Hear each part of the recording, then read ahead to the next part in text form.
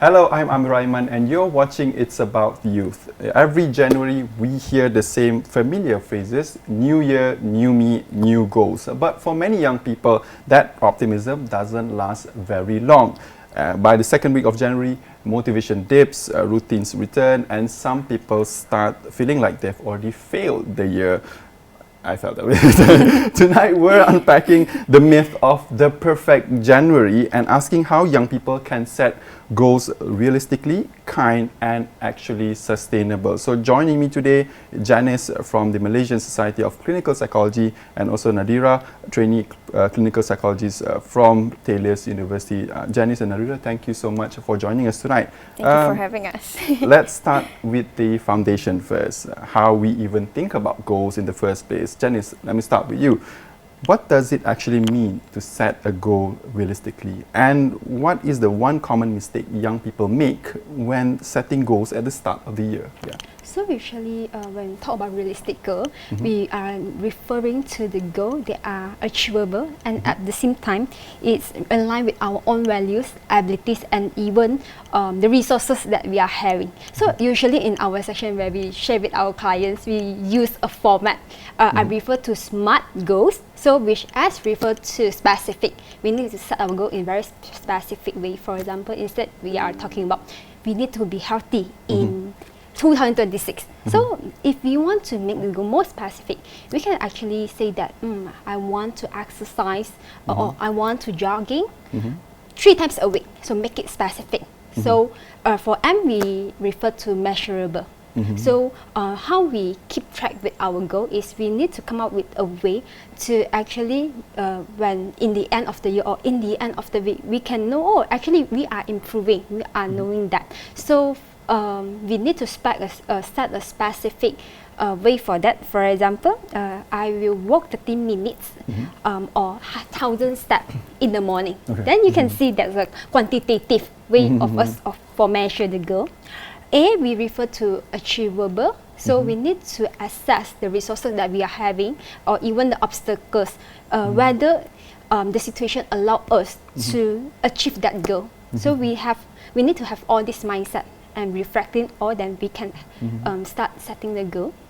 So R, we refer to relevance and it means to the goal, whether it matters to us, whether it's important to us and whether it's aligned with our values. So it's not important to us. So even you have to go, you won't feel motivated to pursuing it. And last will be time bound. Setting a due date, setting a deadline is very important. If you don't have a deadline, for sure, I think you will feel that it's low motivation. I can just put it aside. I can achieve it next year. So next question will be obstacles, is it? Okay, I think that's a common mistake that young people will actually do is sometimes they underestimate the obstacles. They will set the goals very broad. I want to be very successful this year, right? But how? Right? How? So your brain are not trained into knowing how to do it. You don't know what the step. So you don't know what is the specific thing that you want to be successful. So successful, we can refer to a lot of things. In health, in money, or instead in your career.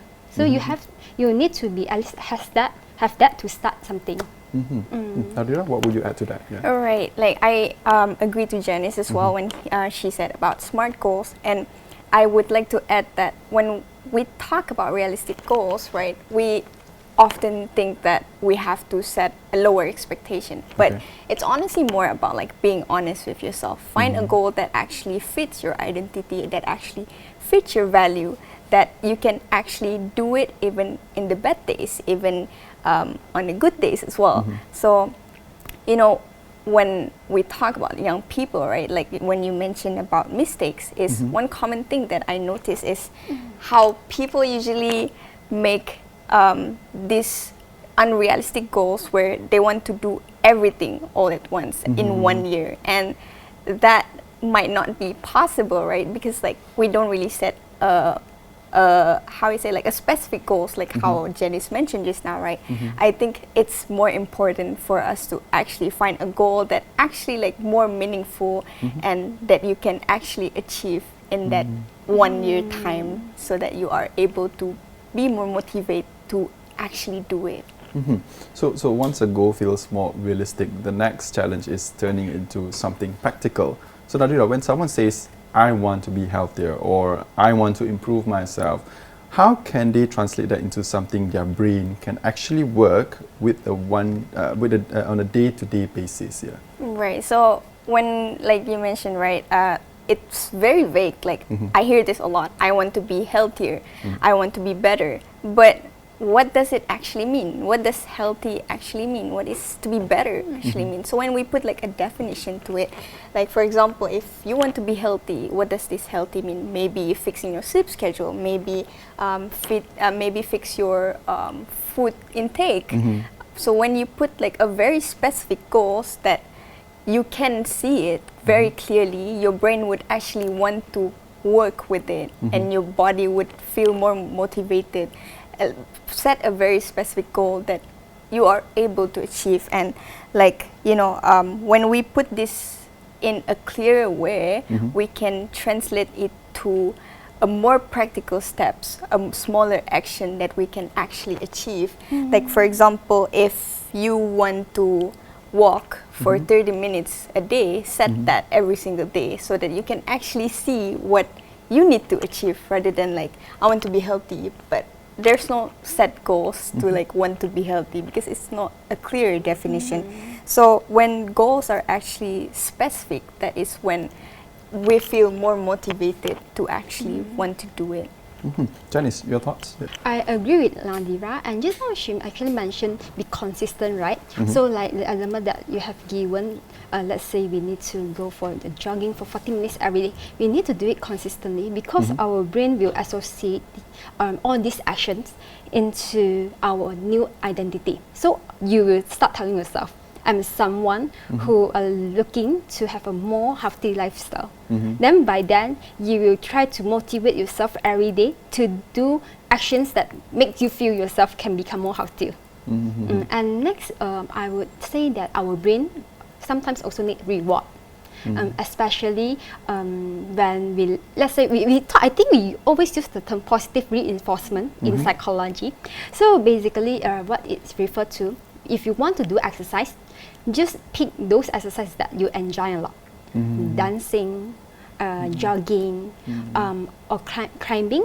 So just pick those exercises that you enjoy and you feel fun, and slowly you will more motivate in engaging in those activities. And right, in the end of the year, if you consistently doing that, you will become more healthier.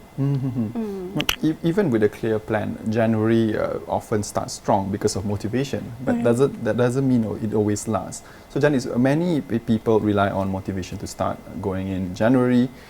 What happens when motivation fades, and how can people design goals that still work on even low energy days? Yeah. Usually when we refer to the motivation, it's very obvious. So we have clients with depression symptoms. So usually when they show they don't have the motivation to start something, even they want, but it's difficult for them to try it. So oftentimes we will hear a statement like, oh, I want to I want to learn a new language, but I don't feel like it. I don't feel like to do it today, or even tomorrow. I don't know how to start.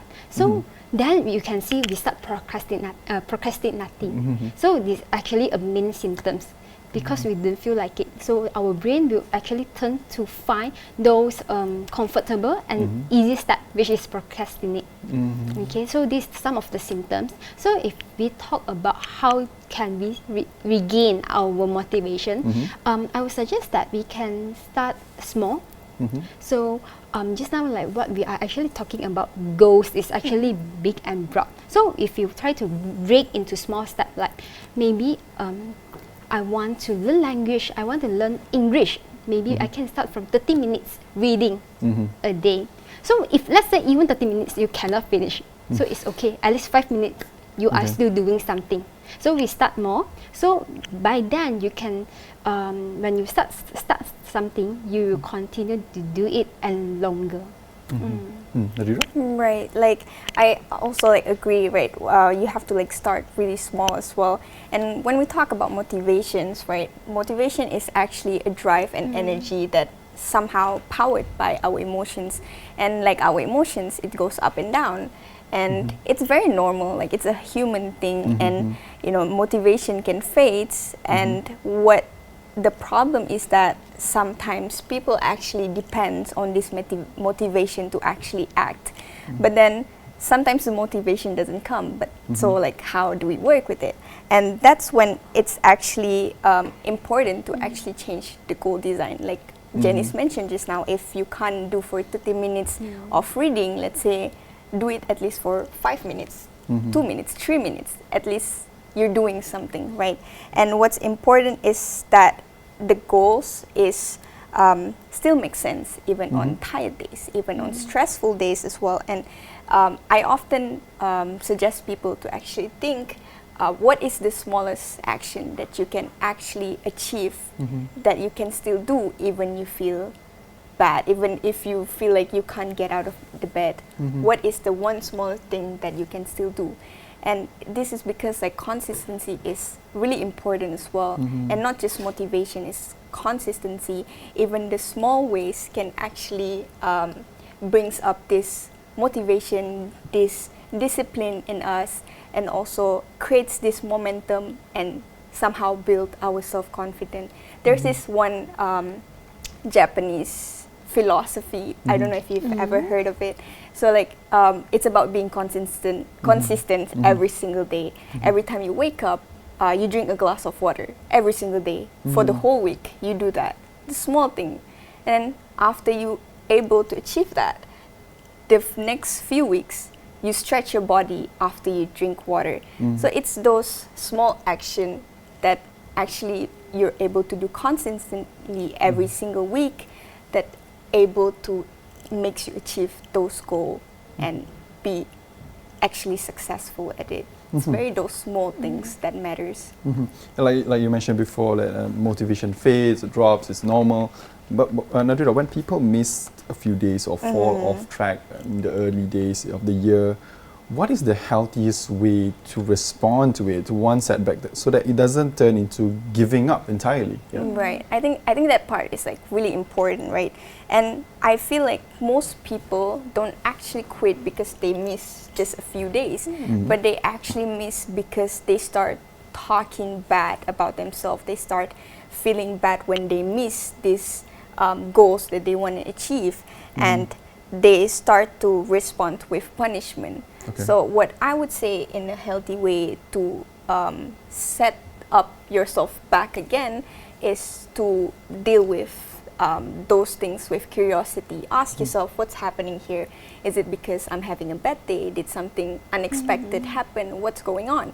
So when you go to this kind of thing in a more curiosity way, with more curiosity, you start to feel the self-punishment is lesser, and you start to understand yourself better, and the self-awareness become better.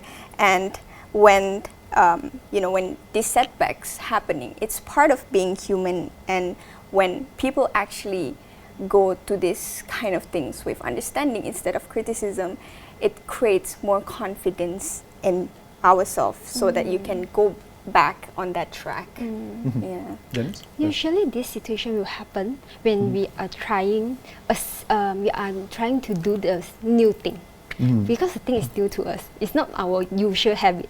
So it's very common to for this situation to happen while we miss a few days, right? So I agree with Nadira. So just now we talk about I think you talk about we need to reflect without judgment. So I think a lot of young people, because they are lack of resources, they don't really know how to do reflection correctly. So when we talk about doing reflection without judgment, it's based on the general situation.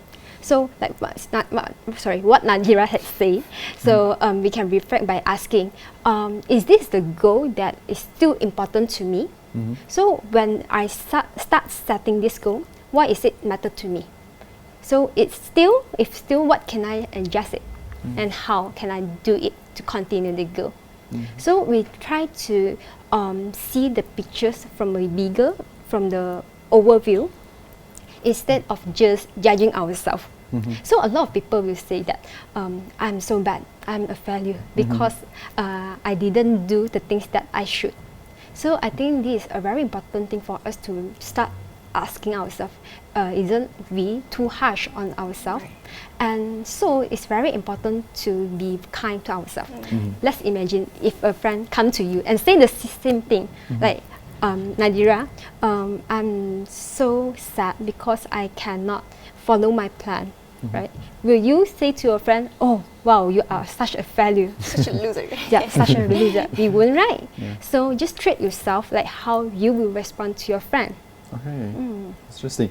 So, and also a lot of the pressure that doesn't just come from within, it also comes from what we see around us. And Janice, how do social media and comparison with others interfere with our goal setting? And what can young people, the youth, do to protect their own pace and also their own priorities?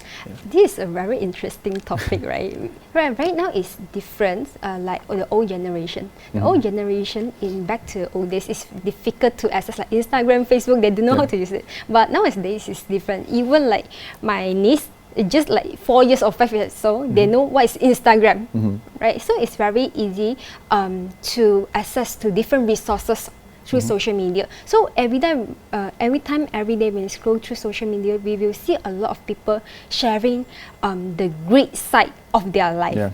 They're going travel in different countries, like they show out their new bags or new watch. But it's easy to make people to feel they are not good enough or left behind.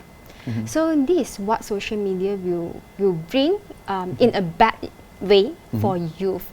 So if necessary, I think it's very important for us to set boundaries between our real life, our reality, and also social media. We need to really know that people often just share their best part, but not the struggle. So it actually easy for us to have that imposter syndrome, where we start to doubt ourselves, whether I'm not good enough, should I do more just to have a life like the others, even the life is not aligned with your goal. So if we focus too much of others' life, it will make you to start losing track on your own life, even you are in your own unique way. Nadir, how do you read into this? Right, like again, like Janice mentioned, right? Social media, you only post the best thing, the highlight of your life. You travel, you get a new job. Only good part. You don't post yourself crying in TikTok or something like that, right? So, like again, like social media creates this comparison culture, and like this one saying, comparison is a thief of joy, which is very much true. And you know, you don't actually see people struggle, and this creates kind of unrealistic expectation, and it feels pressured. When we look at other people achieving this thing, you start to like asking yourself, how can I not achieve what they achieve? You start to questioning yourself, start to feel like you're a failure, maybe go into like a deep depression. And this can actually pull people from your own values as well, because when you look at Instagram, right, you see people getting these new shoes, and suddenly you want that new shoes too, right? Like you start to chasing things that actually is not meaningful for you, but you're just chasing into something that looks impressive on social media, which is, you know, you have to like step back again and ask ourselves, does this actually fit my value? Do I actually do things for social media, or I'm doing this for the sake of myself, right? And it's really important to set that boundary, like Janice mentioned, right? Setting that boundary, knowing that social media is a place where people post a good thing and not the bad thing that people experience. And you know, we're human. We experience up and downs of life. Life is like a roller coaster, and you know, setting that boundaries is really important, and to remind ourselves that timeline is actually different from everyone. It's okay to be slow in life. It's not a marathon where you have to like get number one, and it's okay to have your different pace, and it's, you know, just remind yourself that you're doing your best and this is what you get, and, you know, just don't be too harsh on yourself. Just be as compassionate and kind to yourself, because when you talk so harshly to yourself, that's when those negative thoughts would, you know, come in, and that would create even more problems in the future. So we've talked about how to set goals and on how to also deal with setbacks early on. So another big issue is how people track progress, because the wrong measure can also be very, very discouraging. Nadira, what are healthier ways to measure progress to keep people encouraged instead of constantly reminding them of what they haven't achieved yet? Right. And many people actually try to measure their progress just by outcomes like grades, weights, you know, like productivity, but that can be actually very discouraging. And a more healthier thing to do is notice your effort as well, your consistently to actually show up. Maybe try to notice on those small things. Maybe your habit does actually change from the last few weeks, and you did actually more consistent. You sleep earlier, and those small things that is actually more important, right? And when people actually acknowledge these small changes, the brain actually stays more engaged and motivated and wanting to focus more on other things rather than focus on what's actually missing. And, you know, tracking this personal win, like this small win, is what actually matters more, so that we are more encouraged and we have more self-confidence to actually push ourselves to go to that goal that we actually want to focus on. Like those small wins that actually more important. We always think that we can go from 0 to 100 in a day. Like you can't do that, right? Like the small things matter as well. So yeah, I think it's really important to actually focus on the small things. Janice? I think Nadira has provided a very comprehensive answer. If I would like to add on, I would say, like what Nadira said, many people focus on just the outcome. They use the quantitative way to measure. Have I start earning 30,000 in a month? So this is the quantitative way. But maybe we can slightly shift our focus and pay attention in those qualitative way when we refer to our own feelings mentally, emotionally, and even physically. For example, you can start asking yourself, do you feel more focused when you learning? Right?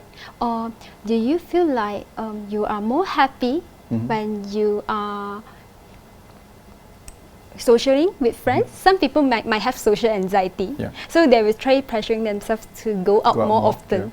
So if you start feeling that, oh, actually I feel more excited, more motivated to hang out with friends, so maybe this is a more small progress that you have already made.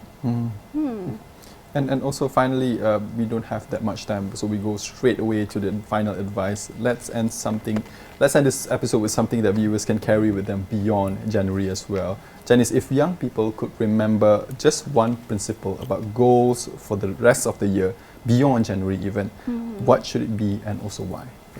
From my own experience, so if I would like to remind a principle, it might be trust the process, trust yourself. So everyone has their own step. You have your own experience, you have your own ability, even your own resources. Everyone has different resources as well. So you just need to trust the process, and you need to really plan it out with what you have, then go with it, and just give yourself some time and give the goal the time that deserve. Nadira? Right, what I would say is that goals should be a compass and support your life rather than makes you feel constantly failing at life. Choose the goals that actually fit your values and fit your schedule. That's really, really important. And also to give permission to yourself to actually be human, because if we fail, we tend to punish ourselves. Yeah. Can I But- add one more later? I think- Right, and we have to give permission to ourselves to be human as well, right? It's okay to fail at times, but what's important is how you actually get up. If you fail 8 times, then up 9 times, those things, that is what more important to be a human. And Yeah. and it's okay to change your plan because your life also change. So it is not a linear thing. So when your situation change, your work change, your schedule start become more packed. So it means that you have to review your goals again to fit your own current situation. So I think this is what we can remind to all of the youth population. Right, just be more flexible as well. Thank you, Janice and Nadira, for those insights. What we've learned a lot in terms of how to set your goals, how also to recover from setbacks, and also how to measure your goals in a way that it won't demotivate you for not just in January, but also for the rest of the year. So I guess that's all the time that we have for tonight's episode on It's About Youth. I'm Rehman. Thank you for watching, and good night.